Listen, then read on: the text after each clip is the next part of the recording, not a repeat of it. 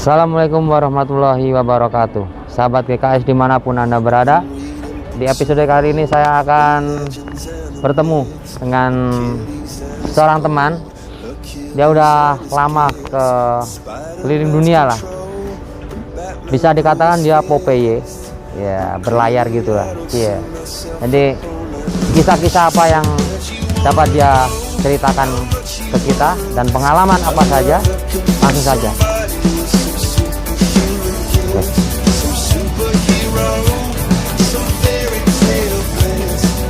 Bagaimana kabar hari ini, brother?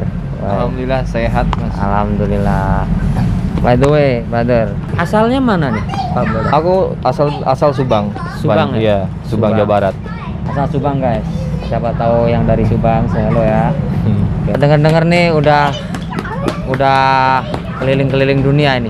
Kalau keliling dunia sih belum, Mas. Cuman yang udah diinjak itu negara itu Korea, Taiwan, terus Afrika, Fiji, nah itu terakhirnya Macau. Oh, itu. Hongkong pernah nggak? Hongkong pernah, cuman lewat aja jalan sebulan, Lewat, ya? stay sebulan gitu. Pertama kali keluar negeri itu keluar dari Indonesia tahun berapa nih? Awal keluar negeri dulu ceritanya saya itu keluar sekolah. Keluar sekolah terus ada sedikit bisnis di rumah, itu bisnis konveksi lah. Konveksi ya? Konveksi Clothes ya, bikin Iya, baju gitu ya? Kita borongan TNI, borongannya ngambilnya dari kaos seragam TNI, PDL, PDH yang kayak gitu kan. Nah di tahun 2010 itu konveksi aku ada ngalamin kebangkrutan tuh. Kolaps. Iya, goyang lah, kebangkrutan, mesinnya tak jualin semua. Akhirnya aku ada salah satu temen sponsor ya dulu ya, sponsor itu. Kalau boleh tahu kolapsnya karena apa itu? Kurang fokus, apa nggak ada borongan atau masalah cinta sih? Iya, kalau borongan ada, terus berhubung dulu itu ya mungkin masih jiwa-jiwa Masih muda ya? masih remaja gitu, nggak ada pikiran ke depannya. Ya masih senang main sana sini gitu. Akhirnya orang tua modalin, udah nggak mau modalin lagi. Ya udah gitu. Modalnya udah habis. Udah gitu ya. Ada sponsor, salah satu ada teman aku atau bukan ya, temen gitu nawarin. Ada yang nawarin mau ke pelayaran nggak katanya gitu. Pelayaran mana? Pelayaran Taiwan.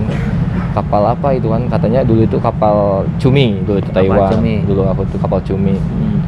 Nah akhirnya aku ikut lah, dengan kan nggak ada kayak modal itu, cuman modal bikin paspor aja gitu. Oh nggak masuk itu nggak pakai modal? Nggak ada, kalau di pelayaran itu nggak pakai modal.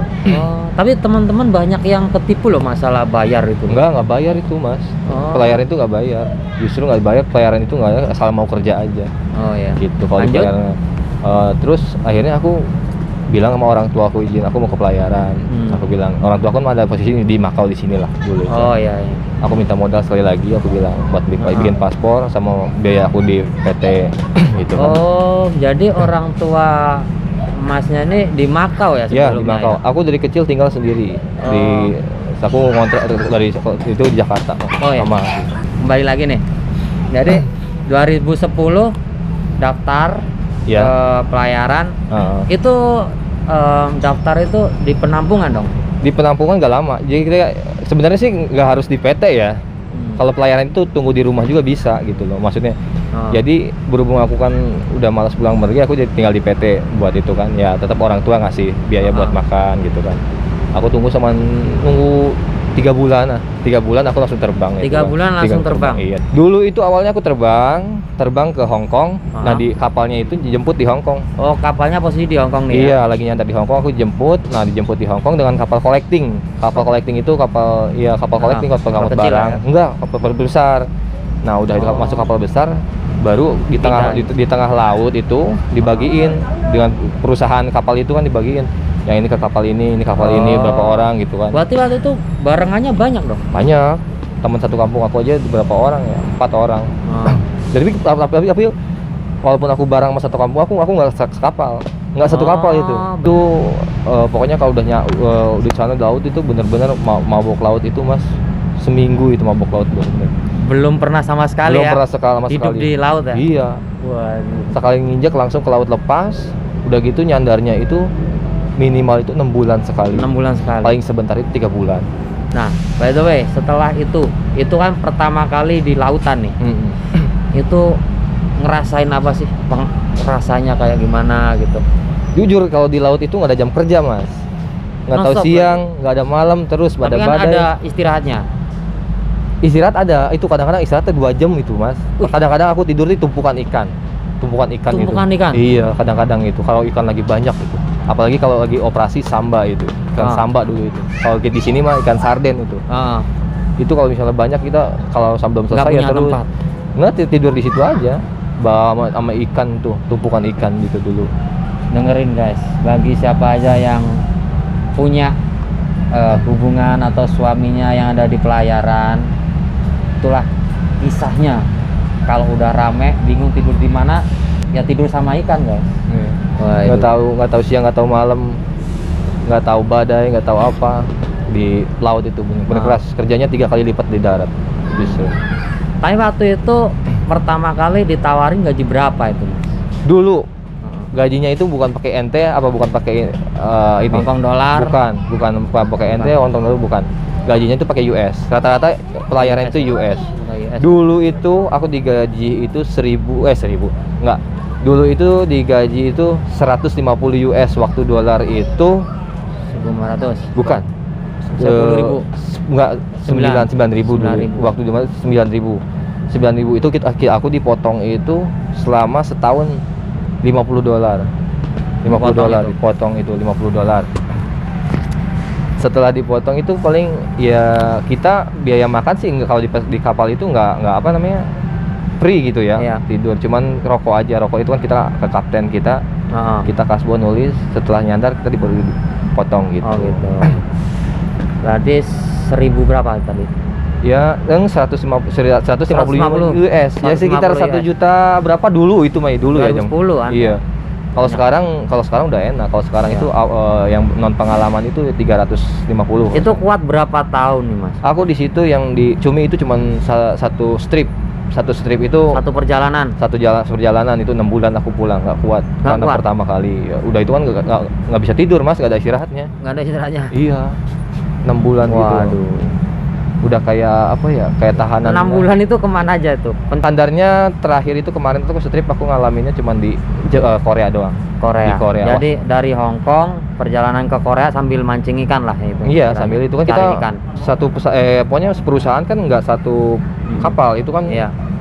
Bisa dari sampai puluhan kapal, ada 30 atau berapa kita bareng gitu operasi gitu. Bareng beroperasi ya? Iya. Operasinya daerah Korea gitu.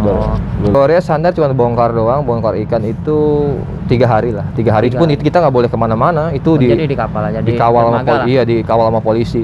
Sama polisi Korea nggak boleh keluar. Soalnya kan banyak kaburan Korea.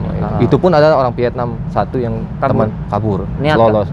Lolos itu. Jadi sandar dia kabur dulu itu. Temen aku orang Vietnam dulu itu. Waduh. Nah, habis dari Korea nih, baliknya tetap naik kapal itu apa naik pesawat? Kapal itu ke Taiwan, langsung nyandar Taiwan, kan perusahaan Taiwan. Nyandar Taiwan nih. Iya. Kalau dari Taiwan bisa jalan dong, dong. Bisa, kalau Taiwan bisa. Tapi nggak jauh dari daerah. Aku kan dulu di daerah Kaohsiung di situ ya, daerah Kaohsiung aja, daerah Kaohsiung. Hai Kaohsiung, yang dari Kaohsiung. Itu. Tahun berapa itu, Mas? Masih 2010 ya? 11 itu. 2011. Nah, kita udah setahun tuh. Aku pulang langsung. Pulang langsung, kata mamaku udah nggak usah ini, katanya nggak usah. Berat lah. Nggak usah ini ya. Kesini aja. Ke mana? Ke Makau gitu. 2011. Aku tuh ke Makau. Dapat uang sendiri lah ya. Iya, itu udah dapat modal sendiri. Itu aku beli tiket, itu sini aja kata mamaku. Dulu ya Makau itu kan lebih gampang lah, murah gitu, lebih gampang nyari kerja. 2011 ya. Nggak saya sekarang gitu kan. Dulu itu aku masuk ke sini dulu itu. Kerja nggak sampai kerja aku juga itu. Mungkin dulu itu nggak kerja, terus aku overstay itu selama Pernah overstay di Makau? Iya, terus overstay 1 tahun itu. 1 tahun overstay. Udah gitu, aku di rumah aja, nggak kemana-mana. Iya. Nggak part-time ya? Nggak, di rumah aja. Di rumah kan dulu kan ada yang biayain mah. Iya. Punya keluarga di sini ya. Jadi nggak kemana-mana. Lanjut terus habis itu balik nih. 2013 pulang. 2013 pulang. Pulang itu di blacklist 3 tahun. 3 tahun. Nah kemana itu? Vakum setelah 3 tahun itu? Di rumah aja? Wah, aku ke pelayaran lagi. naik pelayaran lagi. Tapi beda katanya kapok. Enggak, itu kan kita kapal cumi. Nah, ini beda lagi kapal longline. Longline itu kapal tuna. Kapal tuna. Nah, yang lebih parahnya kerja emang nggak berat, Mas. Kerja nggak berat. Cuman yang beratnya itu tahunan nyandarnya, Mas. Aku di laut setahun itu. Di laut aja setahun. Itu pun. Tapi prosesnya itu mudah nggak? Mudah, Mas. Asal kalau di laut itu nggak ada yang kalau ini ya buat yang misalkan yang mau ke laut gitu. Kalau misalkan ada yang mau, misalkan ada sponsor yang minta duit, apa jangan kasih sebenarnya. Yang gitu penting kita mau kerja di laut itu. Berarti harus tahu channelnya dulu berarti ya? Harus tahu tahu PT-nya. Biasanya kan kebanyakan teman-teman itu kan dimintain duit pelayaran, bayar dulu nanti sekian. Nggak ada. Pelayaran yang penting ada paspor, niat kerja itu aja. Gitu. Kalau sekarang pelayaran itu minimal persyaratannya cuman buku pelaut, BST, basic training, sama paspor, udah itu aja paspor. Gitu ya. PT aku kan di Garut. PT aku di Garut dulu itu. Sama kasusnya sama kayak aku awal ke pelayaran itu. Terbang dari Jakarta, Hong Kong dijemput lagi kayak collecting, baru di tengah laut disebarin lagi gitu kasusnya. Tapi di longline emang enak kerjanya gitu. Abis buang pancing kita bisa tidur, abis narik pancing kita bisa tidur. Cuman ya tantangannya itu lama di sana. Lama di lautnya itu. Setahun paling itu. Pernah sedikit. Ada itu berapa tahun itu kuat, Mas? Setahun, kontraknya cuma setahun. Kontraknya satu strip lah. Pulang udah setahun itu udah habis kontrak. Lumayan dapat banyak lah ya. Ya, kata kasarnya kalau buat beli roda 4 itu ya cukup lah, model-model roda 41 ya. Bekas second lah, kata kasarnya. Berarti pulang tahun berapa tuh? 2012 ya? Enggak, bukan 2016, Mas. Oh iya, 2016 aku pulang. 2016 pulang, balik Indo nih ya? Balik Indo. Terus lanjut sini. Iya, aku enggak, seminggu dulu di rumah istirahat dulu kan. Sambil lihat situasi mau kemana, bingung kan, di sini kan bingung, kayaknya dari nol lagi gitu. Mas habis di laut kita kan dari nol lagi. Bingung lagi ya. Bingung mau ngapain, uang ada, nggak tahu mau bisnis apa nih. Iya. Mau kemana? Nggak tahu channel kan, namanya di laut nggak ada internet, nggak ada apa nggak ada telepon punya. Jadi kayak orang linglung lah kata kasarnya. Di laut itu memang nggak ada internet. Nggak bisa kita mau komunikasi sama siapa, maksudnya gitu loh. Tapi ada internet kan? Nggak ada. Ya kalau kita mau internet ya nanti paling nyandar. Minopon aja nggak bisa gitu loh. Tangkirain enak gitu ada internet. Nggak ada, istirahat kita bisa main. Emangnya kapal apa namanya, kapal hotel, pesiar gitu sih ada. Ini kan kapal nelayan, Mas. Kapal CT4 kecil lah. Ngerin itu, guys. Siapa saja yang tidur aja, Mas, pas ini tidur aja pas muat ini doang. Tempat tidur muat kayak peti gitu, jajar-jajar. Ada pernah pengalaman serem nggak, Mas? Di laut itu seremnya apa ya? Badai paling. Tantangannya badai doang. Kalau udah badai gelap gitu, Mas? Iya, gelap, udah itu ombak besar. Tapi kalau udah biasa ya biasa aja. Iya. Awalnya emang takut, cuman apalagi kan kalau kapal aku kan kapal fiber, bukan besi, fiber kapal. Fiber. Iya, jadi kehantam ombak tak gitu kan. Jadi takut di situ kan. Tapi udah sebulan, 2 bulan, 3 bulannya udah biasa aja. Satu kapal berapa temen tuh? Kalau di longline itu kan kapal CT4 kecil. Aku sekitar 20 orang, nggak sampai 20, 15-an kemarin. 15-an. Sambil itu koki sama kapten itu. Itu ada orang Indonesia semua ya? Itu semua CT4 orang Indonesia semua. Kebanyakan dari Tegal. Orang Tegal. Tegal sama Majalengka dulu aku itu ada temen aku itu. Untuk PT-nya masih ingat kan, Mas? Waktu itu? PT-nya kalau ini guys, nanti kalau masalah PT nanti tercantum di deskripsi ya. Siapa ada tahu sih PT-nya. Teman-teman yang mau ke pelayaran tanpa embel-embel uang lah, misalkan langsung aja bisa daftar sana. Itu aja lah. Iya. Nah, setelah balik nih, terus kemana lagi? Iya. Itu yang longline itu kemana aja sandar, Mas? Itu longline nggak sandar sih kita, jadi ikannya diambil di tengah laut sama kapal collecting. Jadi pembutuh kita, makanan kita sehari-hari itu dikirim. Jadi kapal collecting datang ngasih makanan terus sama ikan gitu. Kita mau misalkan nitip rokok, nitip kopi ya sama mereka gitu. Daftar dulu lah. Iya, ditulis. Rokok Indo kan dibeliin, nanti kita bayar gitu lah. Gitu. Jadi terus habis itu kemana lagi nih, Mas? Habis itu aku seminggu pulang di Indo. Seminggu istirahat dulu sambil lihat situasi apa. Nah, gak lama ibu aku nelfon lagi orang tuaku. Ya udah kesini lagi aja gitu kata dia kan. Coba cari lagi ke Makau. Udah habis apa namanya? Blacklist lah ya. Ya siapa tahu blacklistan masih udah habis kayak gitu kan. Ya akhirnya aku beli tiket dulu itu. Beli tiket terus jalan ke sini.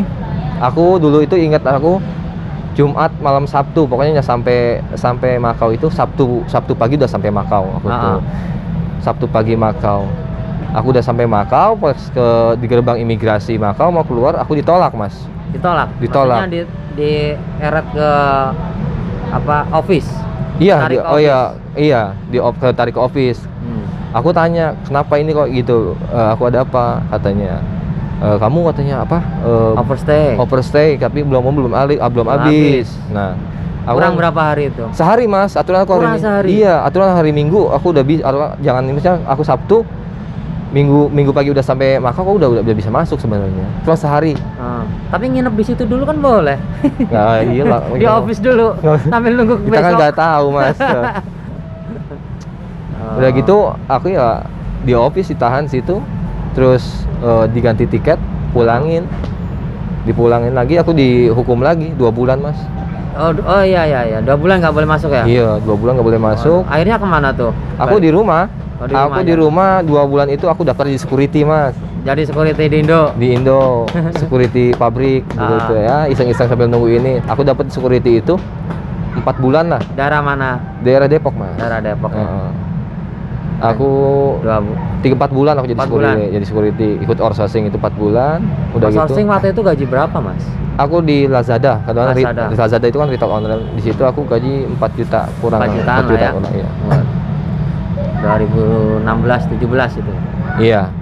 Nah, aku udah merasa, kata aku bilang, aku kan dikasih surat tuh dari imigrasi itu kan, aku udah merasa udah cukup denda hukumanku. Aku baru masuk sini. Setelah masuk di sini, nyoba lagi nih. Nyoba lagi iya, masuk lagi ke sini, bisa, alhamdulillah lolos. Alhamdulillah bisa lolos ke Makau gitu kan. Iya, dikasih visa lah biasa sama itu kan, bisa masuk lagi. Setelah aku ngelamar kerja lagi di sauna itu, Mas. Di sauna. Udah mau proses tercimo gitu. Udah kan. Sempat kerja? Belum, udah keterima, maksudnya udah keterima, cuman ditolak terus berapa ngajuin itu kan, katanya pas kedua kalinya nama orang tuamu salah, kata gitu. Nama orang tua aku salah. Aku ingat dulu pas aku overstay dulu itu, pas pulang itu kan sidik 5 jari itu kan, 5 jari tanda tangan nama orang tua, nama bapak ibu gitu kan. Nah di situ aku salah satu huruf katanya. Enggak satu huruf sih. Sebelumnya berarti ini baru, guys. Jadi bukan hanya masalah kerja aja, tapi waktu pulang overstay itu kita nulis bapak ibu ya? Ya iyalah, pasti foto sidik jari 5 jari. Iya. Kan kebanyakan nih dulu pernah kerja, nulis bapak ibu, sidik jari terus kerja. Terus keduanya lagi nulis salah kan. Ini berarti kan waktu overstay nulis bapak ibu nggak sama setelah kerja kan? Iya. Oh iya. Gitu. Akhirnya di situ ada salah satu orang imigrasi itu ngasih tahu, katanya kamu harus urusin dulu, katanya di Indonesia coba kamu minta legalisir akte kamu sama dari kedutaan besar Cina gitu kan. Itu yang saat pertama. Berarti gagal dong proses. Gagal. Yang keduanya aku kan pulang lagi tuh. Pulang aku sini gagal lagi. Ya masalahnya nama orang tua juga. Aku aku belum berani ngurus itu kan. Oh jadi belum aku urus. Yang pertama gagal, balik, terus nggak diurus, balik lagi nekat. Balik lagi ke sini. Aku ingat-ingat, coba ini ditolak lagi. Akhirnya di situ aku ya coba ngubungin salah satu teman aku yang ada di Jakarta, di Indonesia kan ada teman yang kerja di Menhuham, Menteri Hukum dan HAM itu. Iya. Aku bilang, bro, aku mau legalisir akte, gimana nih caranya? Ada temen aku kan gitu. Gampang sekarang sistemnya sistem online, kata dia gitu kan, sistem online. Caranya, soalnya posisi gue lagi di ini nih, aku bilang. Di luar nih di Makau. Emang kenapa? Ya gue ada masalah, butuh, bilang. sekalian nama aktenya berapa, aku bilang gantiin, maksudnya aktaku diberesin sekalian berapa gitu kan. Ya udah gampang lah kata dia gitu kan. Yang penting sekarang diurusin temen kamu. Nah itu bayar berapa bro? Masih berapa bro? Nggak enak lah kalau ngomong sih ya. Sebenarnya kalau kita ngurus sendiri ya nggak bakal habis banyak sih mas. Oh iya. Paling juga ya di bawah 5.000 ke bawah lah gitulah. Soalnya kan kita itu bertahap ngurusnya mas. Bertahap itu yang ngurusnya kan mulai dari pertama kan kita akte, ngurus akte dulu kan harus dilegalisir bahasa Inggris. Dan kedua ke Menhuham. Nah Menhuham ini kan kita minta stempel Menhuham itu buat lari ke Menteri Luar Negeri itu RI. Nah habis di RI itu jalan ke Dutaan Besar Cina. Kita jadi prosesnya banyak ya bro. Iya 3. Sebenarnya sih murah biaya itu, cuman kita ongkosan waktunya itu lah mas. Kan kedutaan besar di Cina kan yang ada di Jakarta doang. Iya benar-benar.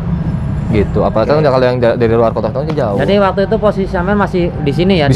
Di sini di luar. Iya. Alhamdulillah seminggu jadi itu mas. Seminggu jadi. Seminggu diurusin sama temanku. Akhirnya dikirim ke sini nih. Dikirim aku dulu lewat adalah salah satu ekspedisi yang udah terkenal lah. Itu seminggu dokumen biayanya cuma 600.000. 600.000 dokumen itu berkas-berkas seminggu. Nah setelah itu masuk diajukan ke imigrasi. Aku OS lagi itu mas 10 hari. 10 hari. Karena nunggu itu nggak cukup dengan visa aku 10 hari OS lagi. Akhirnya aku pulang lagi. Pulang ke Indonesia, aku bayar OS ku itu 5.000. Aku bayar. Iya, seharinya 500. Iya, 500 dolar ya. Aku bayar 5.000. Aku pulang. Di situ aku dihukum lagi sama orang imigrasi biasa 50 bulan 50 hari ya. 2 bulan kurang ya. 50 hari aku pulang dulu. Ya pulang dulu sambil itu ya aku nyantai di rumah sambil yang ngerenangin pikir. Aku berangkat, aku ingat itu aku punya salah satu motor itu motor aku tak jual, aku kekeh aku pengen Makau itu gimana gitu kekeh tak jual motor itu. Untuk ongkos balik lagi lah udah hancur semua lah. Iya udah tanggung kata kasarnya udah nyemplung itu. Jadi bolak-balik 6 kali nih berarti. Habis segituan lah mas. 6 kali. Pertama gagal balik. Kedua coba lagi gagal balik. Iya. Masuk lagi gagal lagi balik lagi. Iya. Waduh. Akhirnya punya kendaraan satu-satunya tak jual buat kesini lagi, dan proses terakhir ya, alhamdulillah memuaskan walaupun kerjanya capek gitu loh mas. Iya. Nggak sesuai, yang penting aku udah bisa kerja di sini gitu loh. Ya. Tahun berapa itu mas berarti? Tahun 2017. 17 kemarin 17? iya. Kerja. Iya 17 ya. Kerja aku alhamdulillah lah kerja walaupun kerjanya lama mas. Berapa tahun di situ? Bukan 1 tahun. 1 tahun ya, 1 tahun. Ya? 1 tahun iya. Kedua itu aku karena aku udah. Berarti berarti pindah nih ya? Pindah. Setelah aku itu merasa nggak renew ya? Nggak renew. Wah udah apa maksudnya? Mau cari yang lebih yang lebih gitu kan. Gitu lah ya. Karena ya capek lah mas, maksudnya kerjanya terlalu over gitu loh. Berarti terus dapat lagi nih? Dapat, alhamdulillah. Di agent apa temen? Agent.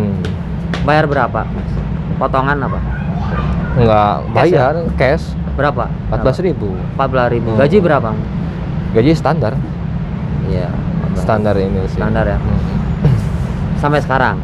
Enggak, kalau yang sekarang baru lagi aku mas. Baru lagi. Kalau ini dapat teman sih. Dapat teman. Ngasih teman berarti. Ngasih lah kita ya ini aja lah. Seikhlasnya aja, nggak ditarget. Sepantasnya. Iya. Oke. Berarti pernah. Berarti di Taiwan sandar aja ya, nggak pernah kerja di sana ya? Taiwan enggak. Cuma sandar aja. Ya emang kerjanya tujuan Taiwan, cuman kan perusahaan Taiwan kita, jadi kerja kita tengah laut mas. Terus ada pengalaman yang berkesan nggak di luar negeri ini? Di mana luar negeri lah pokoknya. Kalau pengalaman berkesan itu ya Makau doang mas. Makau doang ya. Makau itu pengalaman berkesannya perjuangannya itu yang untuk berkesan. Bisa kerja di sini iya ya. Itu. Waduh. Makau doang sih. Yang lain tuh lancar-lancar aja, cuman Makau aja ini baru 2 tahun kesini lah. Alhamdulillah nggak susah, nggak ribet gitu. Yang paling greget di hati berarti pelayaran tadi ya. Iya. Waduh, perjuangannya. Tapi kalau yang berkesan itu Makau. Lebih dari pelayaran, perjuangannya capek hati, capek pikir. Kalau di pelayaran cuma modal tenaga mas. Gitu. Iya, asal mau. Oke guys, itu tadi secuil pengalaman dari brother kita, Mas Rik on DJ on vacation. juga jangan lupa dihampirin juga YouTube beliau, Mas Rick Channel. Ada dia juga pandai DJ. DJ kan Mas? Nggak pandai sih, cuman ngerti. Cuma ngerti. Oke. Kebetulan dulu Memang dulu pernah pengalaman di DJ? Iya. Di daerah mana tuh? Di Bandung. Bandung ya? Jakarta. Nge-DJ ya? Iya. Waduh, mantep kan? Pernah nge-DJ. Jadi di channelnya itu ada apa aja tuh Mas? Sebenarnya sih mau bikin bangun ya? Baru, cuma iseng-iseng aja. Dulu pernah punya, cuman nggak saya fokusin, nggak tahu hilang lah emailnya, nggak tahu kemana gitu. Sekarang mau bikin lagi baru. Oke. Dengan konsep yang baru.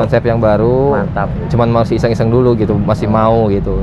Cuman ada beberapa video sih. Gitu. Ntar ditunggu aja ya launchingnya ya. Launching video terbarunya. Ya, ntar aku duet kamu aja lah. Mantap. Oke. Jadi itulah secuil dari pengalaman para istri-istri yang suaminya kerja di pelayaran. Bersabar ya, emang nggak ada internet, nggak bisa komunikasi, kurang komunikasi, tidurnya pun nggak tentu, jadi tetap bersabar. Oke, brother, terima kasih ya Mas. Ya, salam sejahtera. Oke. Ya, jumpa lagi. Usikum binafsi bitakallah. Wassalamualaikum warahmatullahi wabarakatuh.